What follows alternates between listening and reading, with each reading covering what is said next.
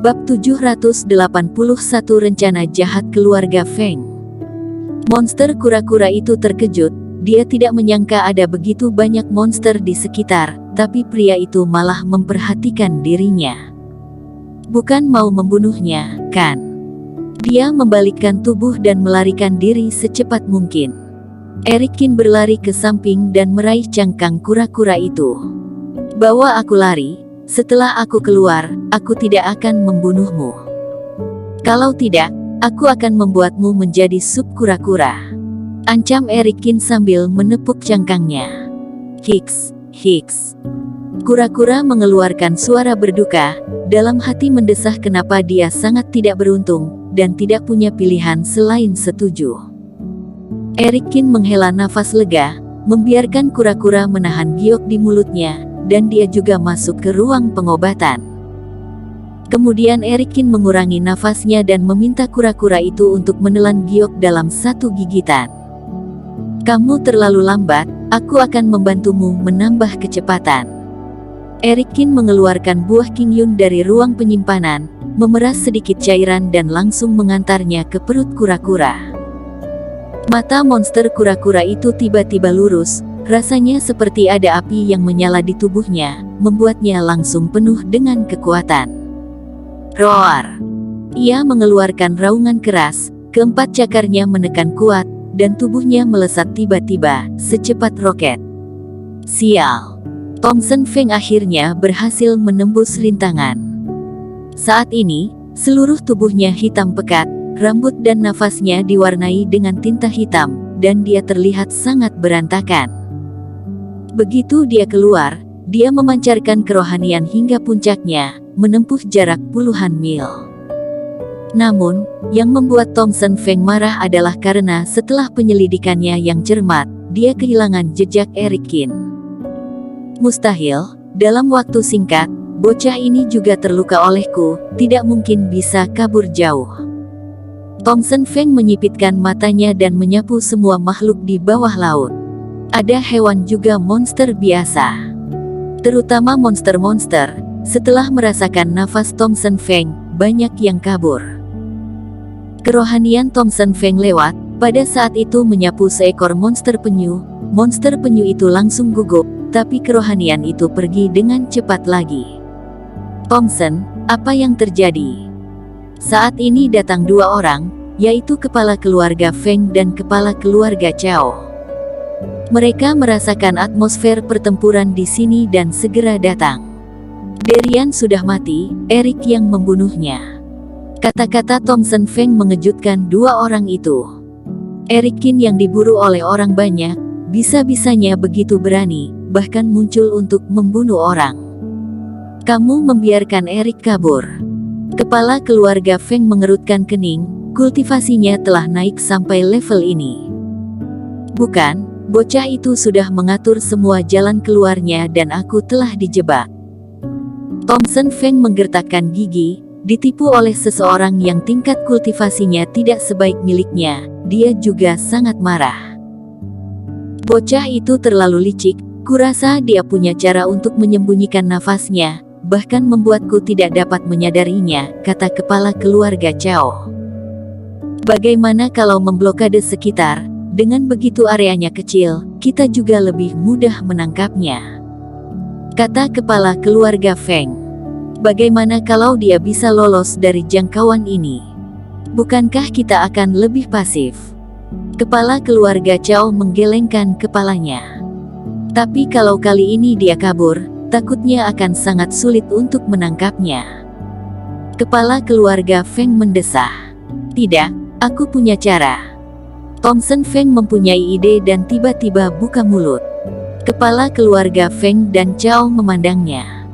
Erik telah bersembunyi begitu lama dan tidak muncul. Kali ini kenapa membunuh muridku?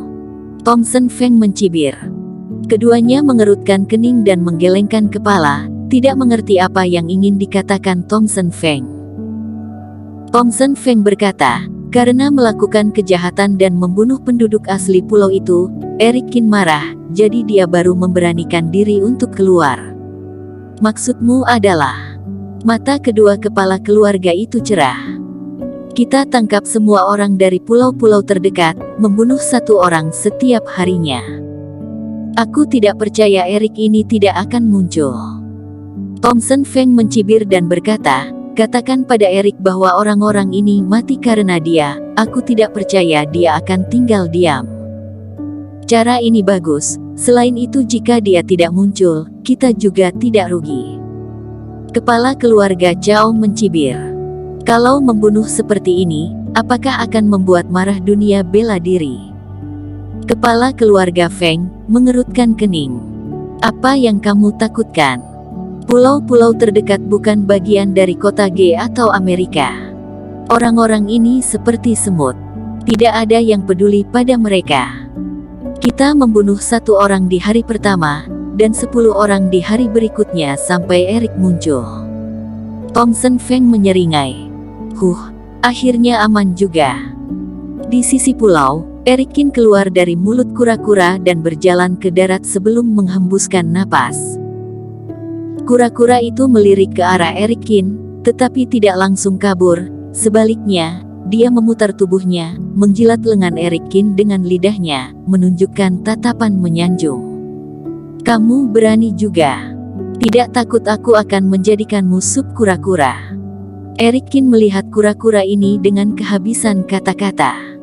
Sepanjang jalan, dia memberikan banyak buah Qingyun kepada kura-kura ini. Jelas sekali kura-kura ini telah ketagihan makan buah Qingyun. Kura-kura itu mengedipkan matanya dan menggelengkan kepalanya dengan malu-malu, tapi tidak takut. Berani meminta dalam bahaya. Kamu berani juga. Erik Qin tersenyum dan melemparkan cairan dari buah Qingyun yang telah diperas kepada kura-kura ini. Kura-kura ini tidak bodoh, dia mengetahuinya karena kura-kura ini berani menjebaknya melakukan penyergapan. Roar! Kura-kura itu meraih buah Qingyun dalam satu gigitan dan segera menelannya sambil menggoyangkan ekornya dengan penuh semangat. Pergi saja, sudah tidak ada lagi. Erik Qin melambaikan tangannya dan kura-kura itu tenggelam dengan enggan. Sudah terselesaikan. Lelaki tua itu sedang memancing di batu besar di sisi pulau. Ketika dia melihat Erik Qin, dia berbicara perlahan. Semuanya sudah dibunuh. Erik Qin berpikir sejenak, mengepalkan tinjunya dan berkata, "Senior, aku ingin meminta bantuanmu tentang sesuatu." Setelah itu, dia mengeluarkan anak laki-laki keluar dari ruang pengobatan. Anak laki-laki itu masih tertidur saat ini. Di bawah sinar bulan, bulu matanya yang panjang bergetar dan terlihat sangat manis. Orang-orang di desa itu sudah mati. Hanya dia yang selamat. Kamu tahu situasiku saat ini. Aku tidak bisa memberinya kehidupan yang stabil. Senior, bisakah kamu membawanya masuk? Ngomong-ngomong, sekalian bantu dia menyegel ingatan ini untuk sementara waktu. Erik Qin menghela nafas. Ingatan ini terlalu kejam untuk seorang anak kecil, lebih baik disegel, dan ketika dia cukup dewasa suatu hari nanti, dia bisa memulihkannya kembali. Baiklah. Lelaki tua memandang anak laki-laki yang sedang tidur itu, menghela nafas, mengulurkan tangannya, dan menekan alis anak laki-laki itu. Terima kasih, senior. Erik Qin merasa lega. Jika lelaki tua itu tidak setuju, dia benar-benar tidak tahu harus melakukan apa dengan anak ini saat ini. Tetapi pada saat yang bersamaan, hati Erik Qin tergerak dan dia memikirkan si brewok. Sama-sama tidak ada orang tua dan diadopsi oleh orang tua di pulau ini, mungkin si brewok dan anak laki-laki di dalam pelukan ini bernasib serupa. Senior, apakah si brewok? Tanya Erik Qin. Sama seperti dia, mereka adalah anak-anak yang malang. Lelaki tua itu tidak menjawab langsung, hanya menggelengkan kepalanya. Apakah kamu tahu bahwa kamu sudah membuat masalah kali ini? Lelaki tua itu memandang Erik Qin. Aku tahu, maaf sudah menyusahkan senior. Erik Qin meminta maaf. Dia muncul dengan gegabah dan mengungkap identitasnya. Takutnya keluarga Feng dan keluarga Zhao akan lebih mengurus daerah ini. Bukan aku keberatan. Sepertinya kamu masih belum mengerti. Lelaki tua itu menggelengkan kepalanya dan berkata, "Kamu memiliki terlalu sedikit kontak dengan keluarga-keluarga di dunia tersembunyi dan tidak memahami kejahatan mereka dengan baik." Eric Kin bingung dan berkata, "Senior, aku tidak mengerti apa maksudmu." Terima kasih telah menonton video ini sampai akhir. Jangan lupa subscribe dan nantikan kisah episode selanjutnya hanya di Novel Story. Salam.